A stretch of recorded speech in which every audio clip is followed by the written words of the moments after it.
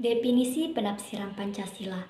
Penafsiran atau interpretasi adalah proses komunikasi secara lisan atau gerakan antara dua atau lebih pembicara dengan latar belakang dua bahasa yang berbeda.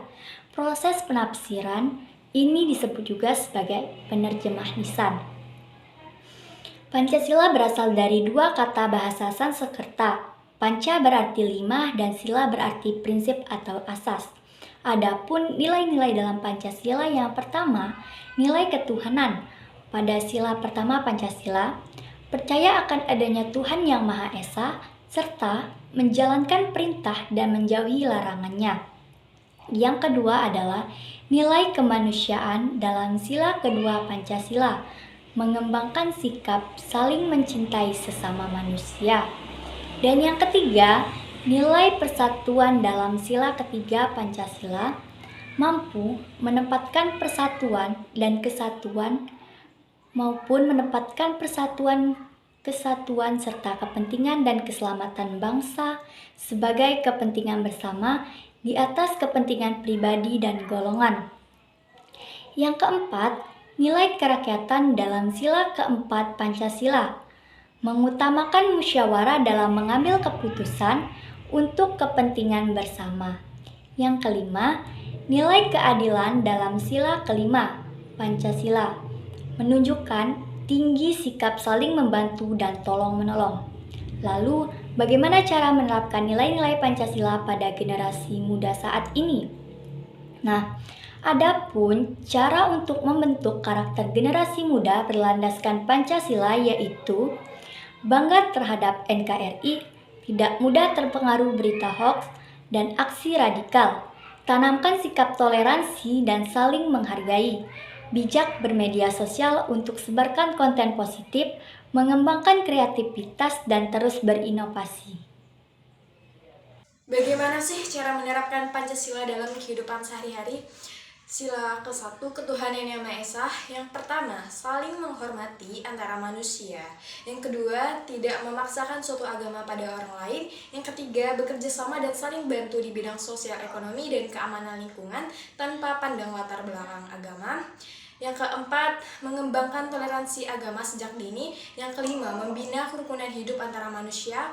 Lalu sila kedua, kemanusiaan yang adil dan beradab. Yang pertama, tidak membeda-bedakan manusia berdasarkan suku, agama, warna kulit, tingkat ekonomi maupun tingkat pendidikan. Yang kedua, menjaga hal dan kewajiban diri sendiri dan orang lain sekitar.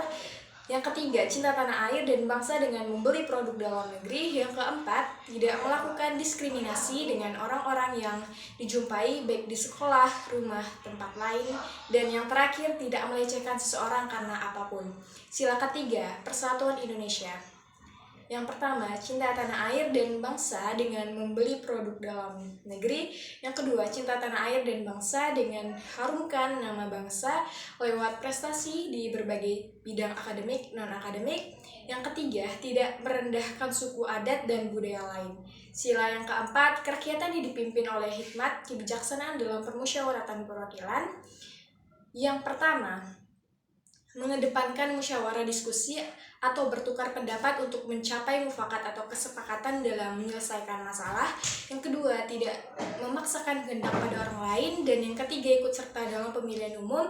Yang keempat, mengutamakan kepentingan masyarakat, bangsa, dan negara daripada kepentingan pribadi. Sila kelima, keadilan sosial bagi seluruh rakyat Indonesia. Yang pertama, berbuat adil pada siapapun tanpa pilih kasih. Yang kedua, menghargai hasil karya orang lain. Yang ketiga, tidak membedakan seseorang karena status dan kondisi ekonominya. Dan yang keempat, bersikap kekeluargaan. Dan yang terakhir, tidak mengintimidasi orang dengan hak milik kita. Siapa yang cakap untuk memberikan penafsiran terhadap Pancasila? Pernyataan ini patut dilontarkan dengan adanya wacana oleh pemerintah Indonesia untuk menyusun undang-undang tentang haluan ideologi Pancasila yang saat ini rancangannya masih didiskusikan dengan Dewan Perwakilan Rakyat. Presiden Joko Widodo juga sudah membentuk Badan Pembinaan Ideologi Pancasila BPIP berdasarkan Peraturan Presiden Nomor 7 Tahun 2018 tentang Badan Pembinaan Ideologi Pancasila, Perpres 7 Tahun 2018 tentang Unit Kerja Presiden Pembinaan Ideologi Pancasila, Perpres 54 tahun 2017, kita patut menduga potensi dari pemerintah untuk menafsirkan Pancasila. Orde Lama. Pada masa kepemimpinan Soekarno, Pancasila ditafsirkan sebagai implementasi politis ideologis dengan memakai konsep demokrasi. Orde Baru, di mana Orde Baru Pancasila cenderung ditafsirkan secara sekuler untuk mendukung visi deideologisasi partai politik dan organisasi massa Islam sangat menggebu-gebu untuk memperpancasilakan segala hal.